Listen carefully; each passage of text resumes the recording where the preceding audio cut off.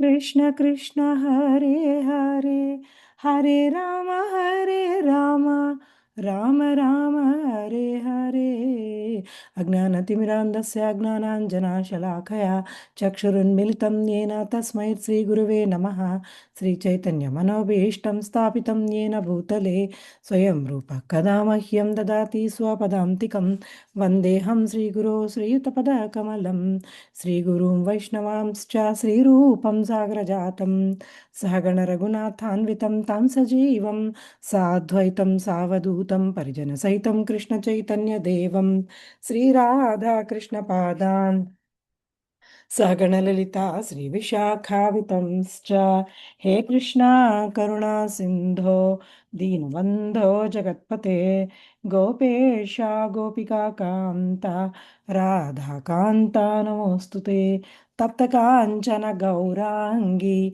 Radhe Vrindavaneshwari Rishabhanusute Devi Pranamami Hari Priye Vanchakalpatarubhyascha Kripa Sindhubhya eva cha Patitanam Pavanebhyo Vaishnavebhyo Namo Namaha Jai Sri Krishna Chaitanya Prabhu Nityananda Sri Advaita Gadadhara Sri Vasadi Gaura Bhakta Brinda Hare Krishna Krishna Krishna Hare Hare Hare Rama Rama Rama Hare Hare Hare Krishna Krishna Krishna Hare Hare Hare Rama Rama Rama Hare Hare Nashtaprayeshu Abhadreshu Nityam Bhagavata Sevaya Bhagavati Uttama Shloke Bhaktir Bhavati Naishtiki Krishnaya Vasudevaya Devaki Nandanaya Cha Nanda Gopakumaraya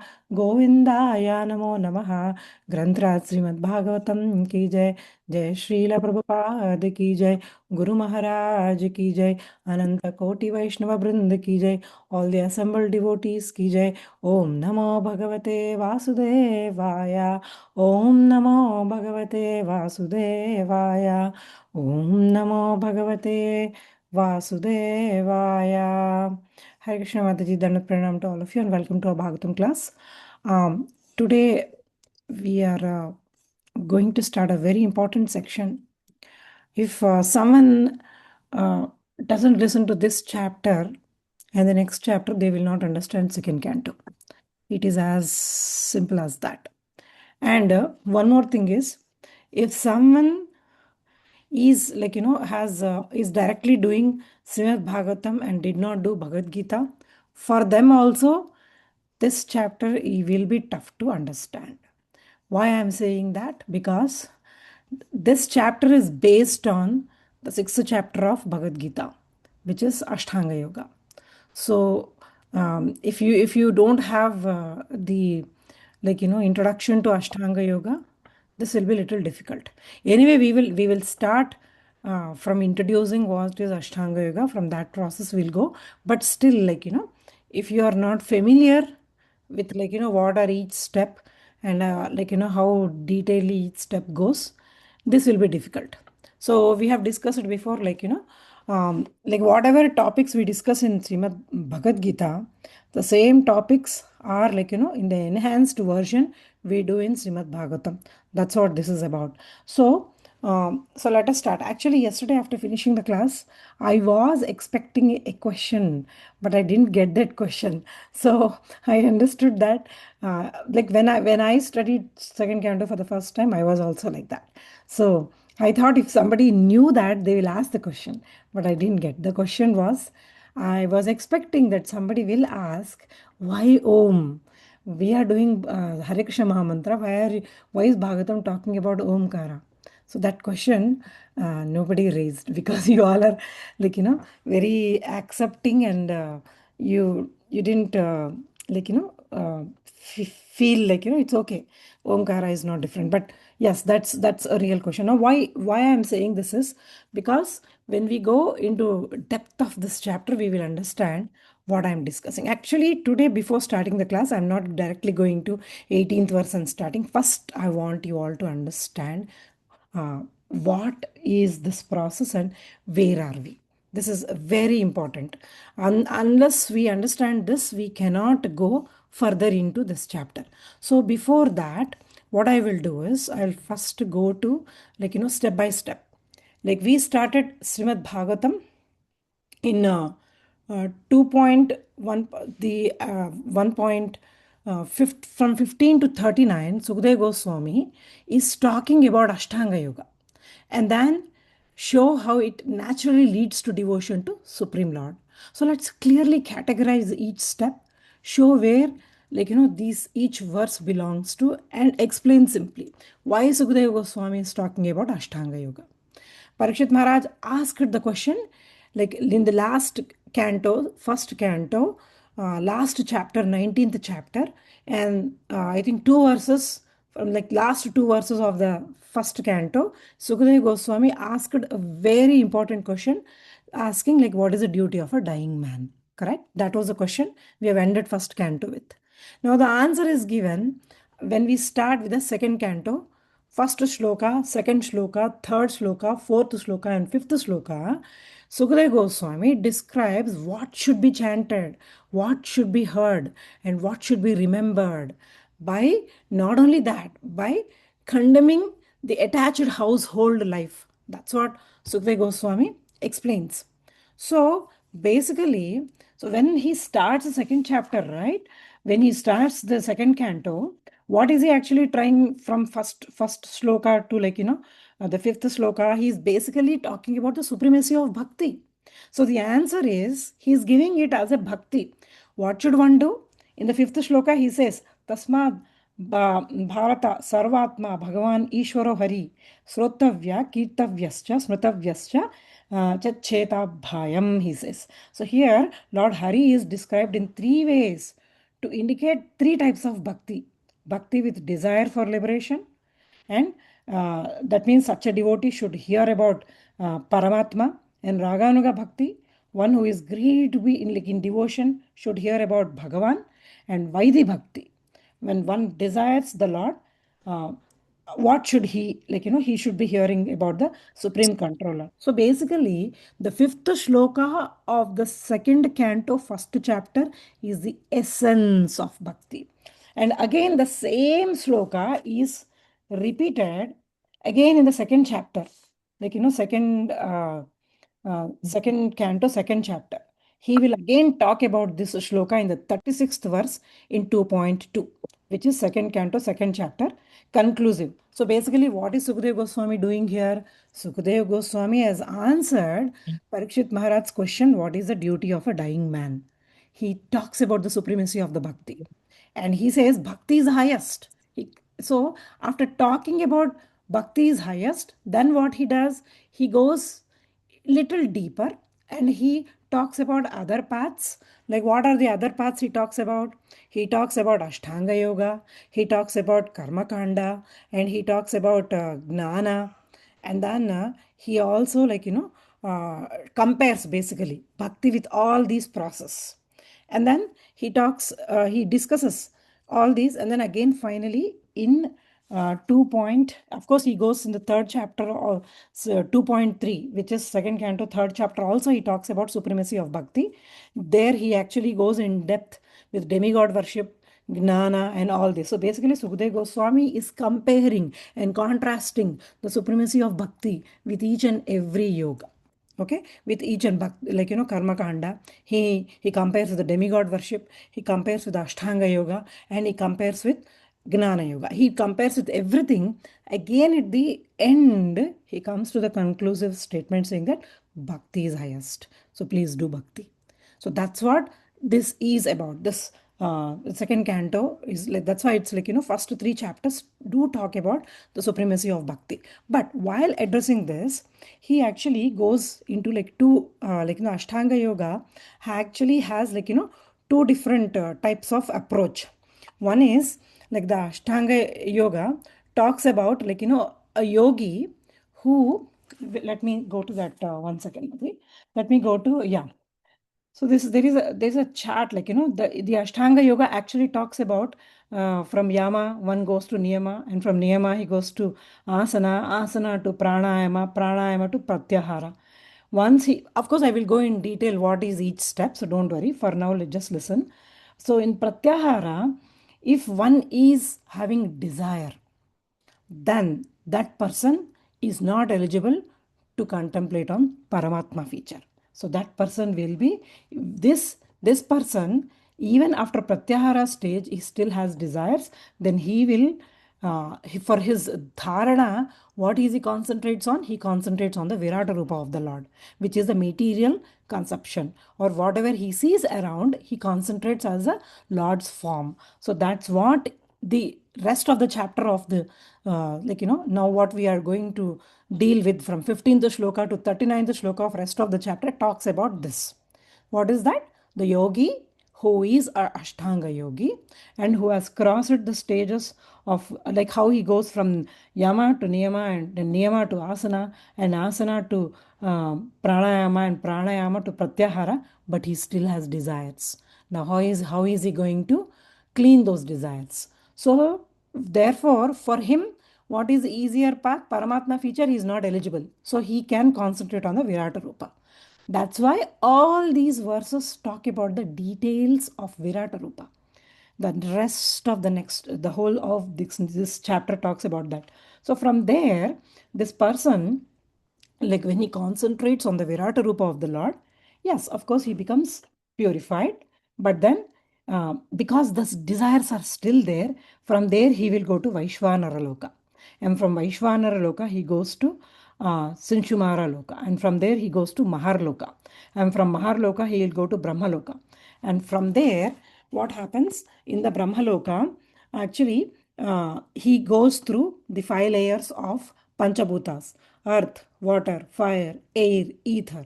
Everything he pierces, and then he goes, and then finally he goes to the false ego layer, and that also he crosses, and then he goes to Mahatattva layer. Once he crosses Mahatattva layer, then he pierces the Pradhana layer. Once he clears the Pradhana layer, then he will get liberation. So this next of like all the verses of this chapter talks about this stage. Now next chapter, in the next chapter, 2.2, second canto, second chapter, it discusses about the yogi, the Ashtanga yogi, who doesn't have desires. This chapter is talking about the yogi who has desires and he needs more cleaning process. So therefore he is going with all these stages. Now a person who doesn't have desires, for him what is a concentration contemplating subject will be Paramatma, directly Paramatma. So from Paramatma feature he will go to Dhyana. So he will be thinking about the Paramatma in the Dhyana, and even in Samadhi he thinks about the Paramatma. And in the Samadhi, from the Samadhi stage, he is there for a long time there, and therefore he gets Brahman realization. And once he gets Brahman realization through Satchakra Yoga, he uplifts the prana from the Muladhara chakra to the topmost chakra, and from there he attains liberation. So these are the two processes of Ashtanga Yoga. The first process is for the Ashtanga yogi who has desires, and that's what we are discussing now. From 15th shloka to 39th shloka, we will be talking about different stages of Ashtanga Yoga and how this yogi is transferring from one stage to the next stage. And next chapter, we will talk about that Ashtanga yogi who has no desires and how he has directly promoted to Paramatma stage, and from Paramatma stage, how he achieves liberation through this Satchakra Yoga. And then finally, he achieves liberation. So these are the two chapters which talk about. In the third chapter of second canto, we talk about, or Sukadeva Goswami explains what is karma or demigod worship. And he talks about who are the different demigods and how are they appearing in the Virata Rupa of different demigods, how are they appearing, and each demigod is responsible for what? Like each demigod is responsible for giving what? And where are they getting these powers from? And one who praise these demigods, what happens to him? And why, how the person, praying to demigod is not accessible, he is not able to access the Lord. That we learn. And also we will learn about the Gnana Yogis in the third chapter of second canto. Finally, again, Sukadeva Goswami explains. And why Sukadeva Goswami is explaining so many concepts? Because in the audience where he is explaining Parikshit Maharaj, there are mixed people. We have learnt in the last canto, last chapter, that people have arrived from so many lokas. Like we did talk about the saints who have arrived from all these Tapoloka, Janoloka, Mana, and all these great Brahmaloka. From so many lokas, they all came. And many devatas also came, many saints came, many, like, all the Rajarshis came, they all came. So they are at different levels because some are Ashtanga yogis, some are Hiranyagarbha worshippers who are like Virata Rupa worshippers, and some are Paramatma worshippers, and some are direct devotees of the Lord. So Sukadeva Goswami has to cater everyone because he is talking to everyone about Srimad Bhagavatam, and he needs to explain to each and every person in what stage he is in and how he needs to go to bhakti, because ultimately bhakti is the one which is all powerful. So, and it is superior. So that's why we are going through step by step. So if someone who has read the 6th chapter of Bhagavad Gita, you must be knowing these stages called Yama, Niyama, Asana, Pranayama, Pratyahara, Dharana, Dhyana, Samadhi. What is Yama? Yama is the do's, basically don'ts. They're not do's, they are don'ts. What we should not do. Like, you should not take. Yama is all don'ts. And what is Niyama? The next stage. Niyama is all do's, like what we have to do.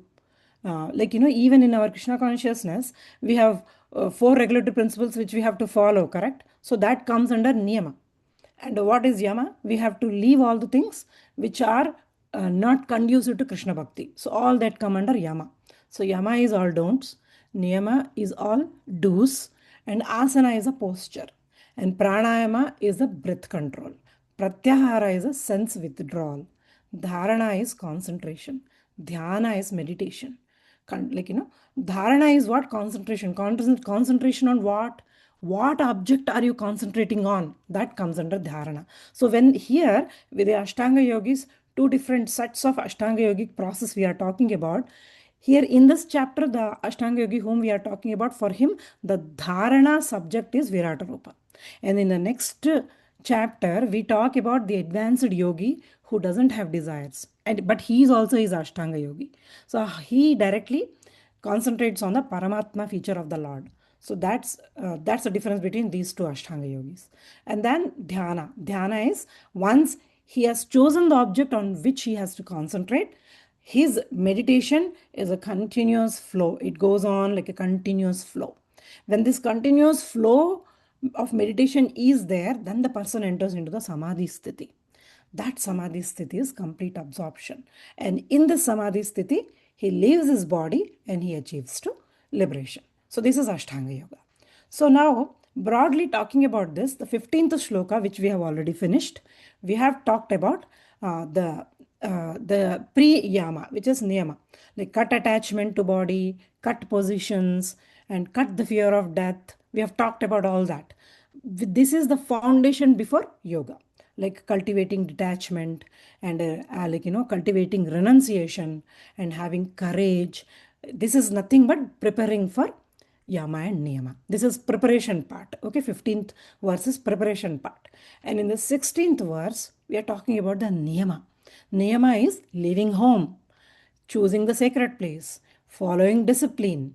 So leaving home, choosing the sacred place, bathing every day, lonely, being like, don't unnecessarily mingle with people who are not interested in spirituality, and be in the association of devotees, or live lonely if purified in the purified place. So this is disciplined living. So this is part of niyama. That is being discussed in verse number 16. So basically 16 talks about cleanliness, it talks about austerity, and it talks about the renunciation for Lord. The 17th verse also we have finished. This verse talked about the Omkara. Now, so what is this Omkara? Remember, Omkara, because Omkara is none other than its Lord. So basically, by doing Omkara, we regulate breathing. And by regulating breathing and doing Omkara, what happens? The mind is controlled. So when mind is controlled, this is a primary stage, which is pranayama. And here, of course, we support it by mantra. By chanting the mantra, we control the mind. Next, today we will be starting 18th verse, and 18th verse will be discussing about Pratyahara. Pratyahara means how do we withdraw senses from sense objects, engage our mind in service of the Lord, clear our consciousness, and sense withdrawal basically. And of course, senses are redirected to Krishna, not merely suppressed. And Pratyahara means moving toward devotion. Yes, of course, even though Sukadeva Goswami is explaining these steps, he still again concludes everything to Krishna, just like how Prabhupada does. See, one who have studied sixth chapter Bhagavad Gita, definitely at the end of the sixth chapter will not understand, oh, these are the process. I mean, at least I didn't do. Maybe you all have understood. Like when I read Prabhupada's sixth chapter Bhagavad Gita, I thought Prabhupada was telling in each verse, no need of this. Yeah, this, but then no need. Concentrate on Krishna. Concentrate on Krishna. So Prabhupada is very sweet that way. Like Prabhupada, because it's a very basic scripture where he is introducing, Krishna is introducing all these concepts. Prabhupada is like, if don't go into depth of this, you don't have to, because this is not applicable to you. You cannot become Ashtanga yogi. Go sit in the forest. No need. Concentrate on Krishna. Do bhakti. So by reading that, what happens continuously at the end of the chapter 6, what we understand, Yoginam api sarvesham madgatena antarapte, it ends right at 49. We think that, okay, this is the highest thing, that only we remember. We don't remember the preliminary steps of what Ashtanga Yoga is talking about. Because Prabhupada thought, or Prabhupada is like, first understand bhakti. Then all these things you can read in Srimad Bhagavatam. That is what we are reading today. Okay. So 18th is talking about Pratyahara, 19th talks about Dharana, which is like, choosing the object. What is the object? The Vishwarupa of the Lord. That's what the Ashtanga Yogi is choosing. He's meditating on the limbs of Vishnu, one after another. Here Sukadeva Goswami provides the Dharana Ashraya. Dharana Ashraya means on what your Dharana is getting Ashraya. So basically the universal form, and it's no deviation to other thoughts. So here dharana begins. And 20th is like, after your dharana begins, it talks about stabilizing the mind. Like mind disturbed by the modes, because we've been living here for so long, that becomes pacified through relationship with Vishnu. It doesn't matter, like, even universal form is Vishnu. But of course, it is in this material realm.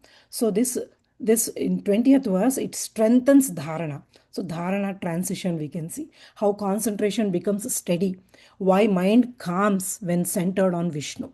21 again talks about result. What is the result? Like, basically this goes beyond Ashtanga, but again it comes back.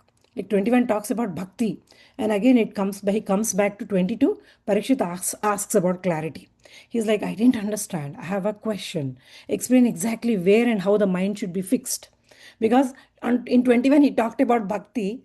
Parikshit again gets confused and he says, you were talking about fixing the mind. No, please, can you elaborate on it? And he comes back again and he says, yes, yes, I'll go in detail. Don't worry. He says, first asana, then pranayama, then dharana is restated. What does it mean? First, control the posture, control your breath. By this, you can control mind and you can control your senses. Once you control the mind and senses, then your mind is under your control. You can apply your mind on the Virata Rupa, because that is a dharana, correct? Dharana means on which object you are concentrating. That is Virata Rupa. So these stages like asana, pranayama and dharana, which 23rd verse is talking about, it is takes a person from cleaning our senses to the point where he is able to concentrate on the Virata form of the Lord. And now 24th and 25th talks about understanding the Virata Rupa. Again, it is Dharana only. Because as long as we have the concentration on Virata Rupa is there, it is Dharana only. So, it explains about the universe as Lord's body, and how this deepens our concept in Dharana very clearly. And from verse number 26 to 36, all the detailed dharana practice is explained. Like 26 talk about the feet, 27 talks about the knees and thighs and hips and navel of the Lord, 28 talks about the chest, neck and head of the Virata Rupa, 29th verse talks about the arms, senses and fire, and 30th verse talks about eyes, sun, nights, and Varuna. 31 talks about teeth, smile, and oceans. And 32 talks about religion, irreligion, mountains, and seas. And 33 talks about rivers, trees, air, time. 34 talks about clouds, dress, intelligence, and moon. 35 talks about Mahat Tattva, ego, and animals.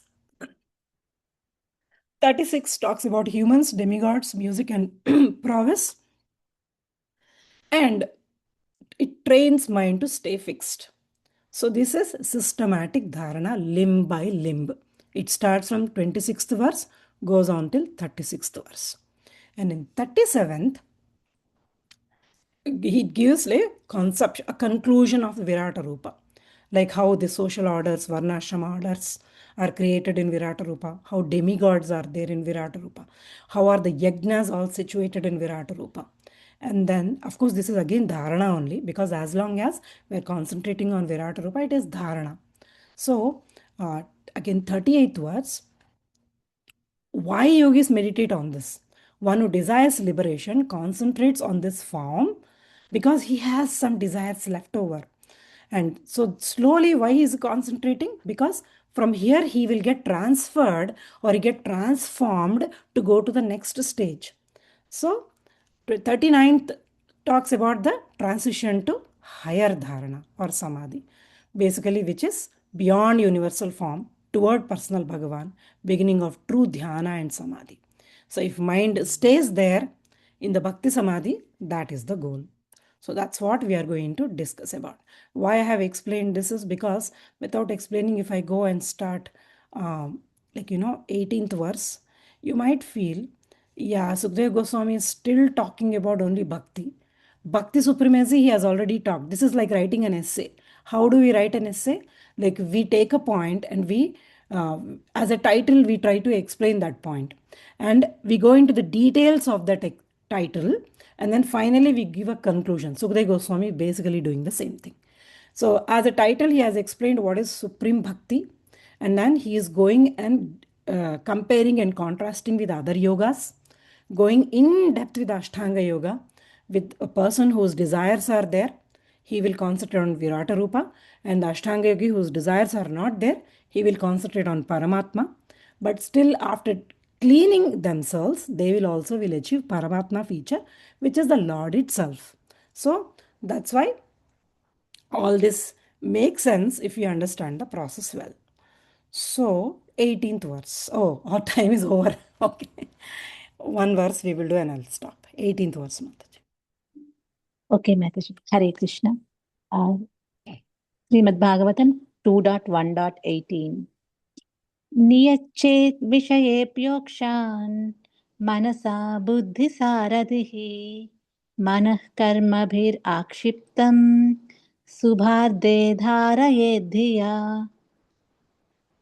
Translation by His Divine Grace A.C. Bhaktivedanta Swami Srila Prabhupada. Gradually, as the mind becomes progressively spiritualized, withdraw it from sense activities, and by intelligence, the senses will be controlled. The mind, too absorbed in material activities, can be engaged in the service of the personality of Godhead and become fixed in full transcendental consciousness. Hare Krishna. Thank you, Mataji. So basically, in 15, we have started explaining the first step, which is a person on this path of Ashtanga Yogi, like how he has to think and how he has to give importance to what he has. And then 16th one, we did talk about leaving home, practicing self-control, breathing regularly at sacred place, sit down in a secluded place and sanctified place. So basically, we have talked about Yama, Niyama, and Asana in 16th. 17th, we did talk about remembering Omkara and regulating breathing. So we did talk about pranayama. Now in the 18th verse, we are talking about pratyahara.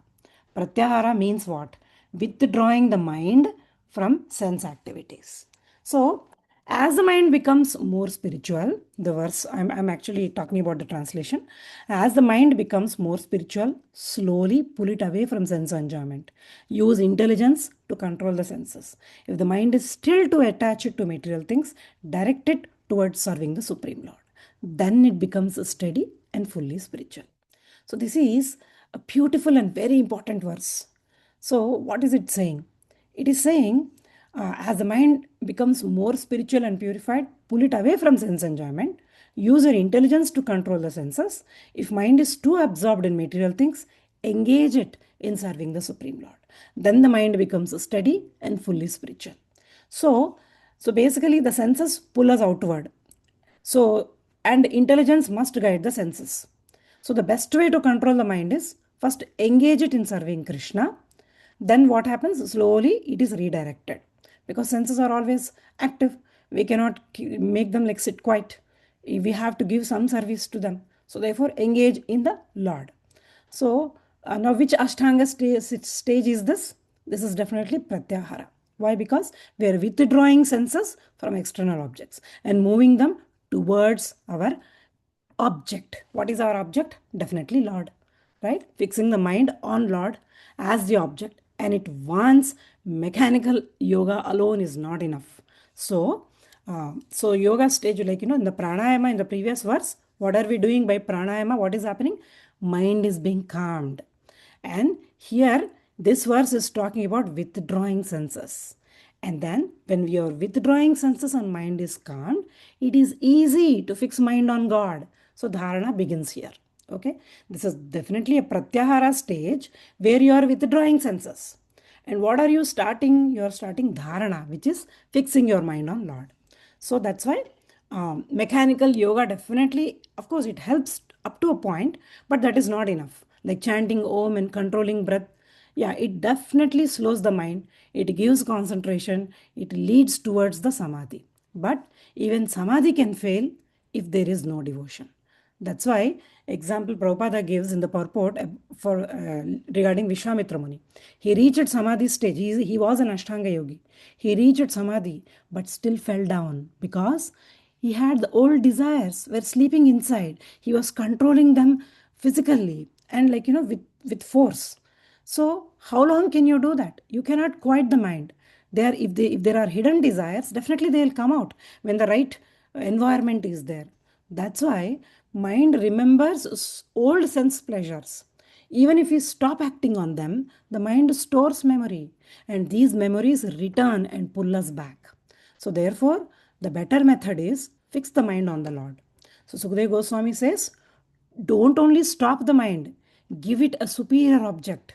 And then that's why Bhagavad Gita in the 6th chapter 47 says, the topmost yogi is the one who thinks of Krishna with love. So this is the safest method because hearing, chanting, and remembering serving, it cleans the heart, it gives positive engagement, protects us from falling down. Even if the mind is disturbed, bhakti still works. So that's why I'll stop here, Mataji. Sorry, I've taken extra minutes, but then yeah, this was needed because we need to understand where we are and why we are going in this direction, what is being explained, and what is that we are expected to listen in the next topics. Any questions, comments, or any points anybody has, please go ahead. Hare Krishna Mataji, just one quick, I think I got confused. So here also it's the same thing like the 6th chapter in Bhagavad Gita, right? There also it said, okay, these are the Ashtanga Yoga, but for us it's the path, like the bhakti, like the Yes. chanting, right? Here Yes. also it's still explaining those things, but still our goal is the same, right? Yes, definitely yes. Yes. Okay. Correct. Okay, Mataji. Hare Krishna. Because we are understanding the process more detailedly. Because if see here basically what are we doing? We are training the preachers. When you go out and somebody talks about Ashtanga Yoga, you should be able to explain because we have already studied it. Even though Bhakti is supreme, yes, agreed, but you should know the stages and where in each stage what is happening. You should know the detailed version. That's what we are trying to explain here. Okay. Thank you, Mataji. Sure, Mataji. Okay, Mataji. So, thank you, Hare Krishna. Danut Pranam to all of you, and let us connect back next week with more detailed explanations on next verses. Thank you. Hare Krishna. Dandavat pranam to all of you. Thank you, Hare Mataji. Krishna Mataji. Thank Dandavat you. Thank you, pranam. Mataji. Dandavat pranam. Mataji, Mataji, I had a question. Is it too late to ask? No, Mataji, please go ahead. Okay, Dandavat pranam. Jai Shri Prabhupada. Mataji, thank you for the wonderful class. I was just thinking as you were speaking, you said it's just like, as it's explained in brief in 6th chapter Bhagavad Gita, and that was Krishna speaking to Arjuna. And now here we're talking about Sukhdev Goswami talking to Parikshit Maharaj. So he's his grandson, right? So he already knows, right? Because he would have heard Bhagavad Gita, like when it was spoken to um, Arjuna, that knowledge was there. So he would have heard it somehow, even growing Who up or would have heard, something. Mataji? Who would have heard? Parikshit Maharaj, Mataji. But yeah, but Parikshit, so yes, definitely yes. Parikshit Maharaj would have definitely known, but here Yeah. Sukhdev Goswami is addressing everybody, not just Parikshit Maharaj, because so many people have arrived from Brahmaloka, from Tapoloka, from Janaloka, from all these people were also assembled there. So Sukhdev Goswami is addressing everyone because they were Ashtanga yogis who were praying Virata Rupa. They were Ashtanga yogis who are praying Paramatma, and they were devotees who are praying directly Krishna. Of course, Parikshit Maharaj comes under that category, but he needs to, he's addressing everyone and he's explaining everyone where you are standing, what is that you are doing, and what is the ultimate thing which everyone is supposed to do. Okay. Basically, you're saying it's an assembly of sages, like all of them, right? All of Everyone them. is there. Yes, Everyone everyone is from there. the universe, all the universes, they were there. Okay. Thank you, Mataji. So that means after he explained this, they would have changed their course of whatever their devotion, their connection with the Lord. They would have definitely, because Sukhdev Goswami explains very nicely and makes people understand. And even if somebody is see what they have done afterwards, we don't know, Mataji. So basically, what Sukhdev Goswami is trying to say is, Karishe Vachanam Tava, like how Arjuna did. He is giving them knowledge, what this process is and what is the superiority. That's why they wanted to hear, right? If something is not working out in my case, what will I do? I'll go and sit and listen to a devotee who knows everything, and I'll find out where I am and from where I have to work. And they are intelligent people, definitely. So maybe they are attached to something, and that's why they are not able to progress, and they want to hear more. And probably they might have definitely, yes, when Parikshit Maharaj has changed from Sukhdev Goswami, naturally everybody will be they will definitely change, Mataji. Yes. Got it. Okay. Thank you so much, Mataji. Thank you. Sure. Hare Krishna Mataji.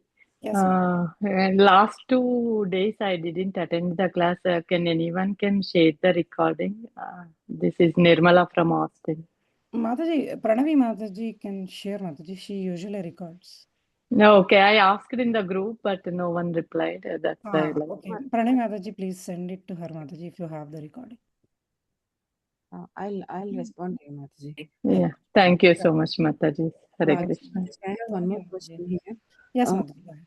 So actually, these are the steps. As per the Advaita concept, right, Mataji? Like No, not Advaita. This is Ashtanga Yoga process. Ashtanga Yoga process. Yeah. So basically, these steps, even Prabhupada and Sukadeva Goswami also, they're this is a process, but let's not bother about it, and let's only concentrate on the devotion part of Krishna. They were saying, right? Mataji, actually, let's not bother about it. It's how we apply it to bhakti. That's what we are supposed to see. It's not that, let's not bother.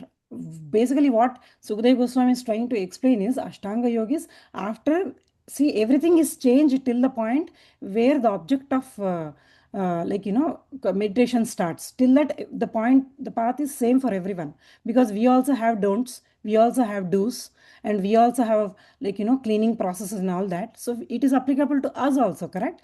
But until the point where our object is Lord Krishna and our way of doing the process is service, till then all the process is same. So that's why it is same for any Ashtanga yogi till the point of meditation. The other person who is not having desires is concentrating on Paramatma feature. And the person who is having desires, because he is not in that state yet, he is aspiring Virata Rupa. And Bhakti yogis, they will serve the Lord. But till that point, the process is same for everyone. Got it, Mataji. Because yama means what are the don'ts. Niyama means what are the do's. We also have don'ts, we also have do's, correct? Yes. Yeah, so all this is applicable to Bhakti Yogis also. But how they perceive it, how we perceive it, Sukadeva Goswami explains with the difference. Like, he explains the differentiation, and he says that this is how the Ashtanga Yogi does, this is how a Bhakti Yogi does. So that's how, like, he compares and contrasts. Mm. Okay, Mataji? Yeah. Got it, Mataji. Yeah. Hare Krishna. Thank you, Mataji. Thank you, Mataji. So, okay, Hare Krishna Mataji. Hare Thank So, you, Mataji. Hare Krishna. pranayama in Ashtanga Yoga, should we consider that as a chanting for us? Yes. Yes. That's the only way we could, because as you said, When we go to that stage, we will explain, Mataji, because pranayama is like it comes, it didn't come yet. When we go to that sloka, we'll explain. Okay. And it's good, Mataji, like if we would have read the book Bhagavata as it is, we would not understood the links between different slokas. Yes, Mataji. That's That is why it. first time when we read, even nobody understands, Mataji. That's why all the that is actually first time when you read, you should not understand. Then we have to approach a guru and ask. And when guru explains, we need to learn. That's a process. That's why Parikshit Maharaj also did this, and we also are following Sukadeva Goswami and Parikshit Maharaj in their Yeah, that's where learning. Yes, the learning is always encouraged. Yes. Yes, Mataji. Okay. Mataji, do you have a diagram or like a system, like a flow chart or something of all that you explained today by any chance? I wrote down long ago. So from that notes I was speaking, but I can share, not a problem. Sure, Mataji, that would be nice because that way Well, it'd be a not right visual. now. Not right now, because I Not know now. Oh, yeah, at some at point, the end I Mataji. will do, after the end of second chapter. Reason is because if I share it now only, then like, just understand the process first, then we can link. That way linking is easy. Otherwise, if we go in their perspective, then that understanding, the lacking will be there. So first understand as is, and then go ahead, read, because Prabhupada explains it in the purport. Prabhupada does explain, so definitely you understand what you are understanding, and in the end we will discuss about this chart, like how it connects, where it connects. Okay, sure, Mataji, that would be nice. Thank you so much. Sure, Mataji. Okay, thank you. Okay, Mataji. So that's why these 3 chapters are important for second canto. If we don't understand these 3, then rest we cannot understand. So therefore, pay attention and please try to read also. Thank you, Matajis and Prabhujis. Dandavat pranam to all of you. Thank you. Hare Krishna. Thank you, Hare Krishna. Hare Thank you, Mataji. Hare Krishna. Krishna. Hare Krishna. Thank you. Hare Dhanyavad. Krishna. Hare Krishna. Hare Krishna Mataji, Dhanal Pranam. Thank you, Mataji. Hare Krishna. Hare Krishna. Dandavat pranam.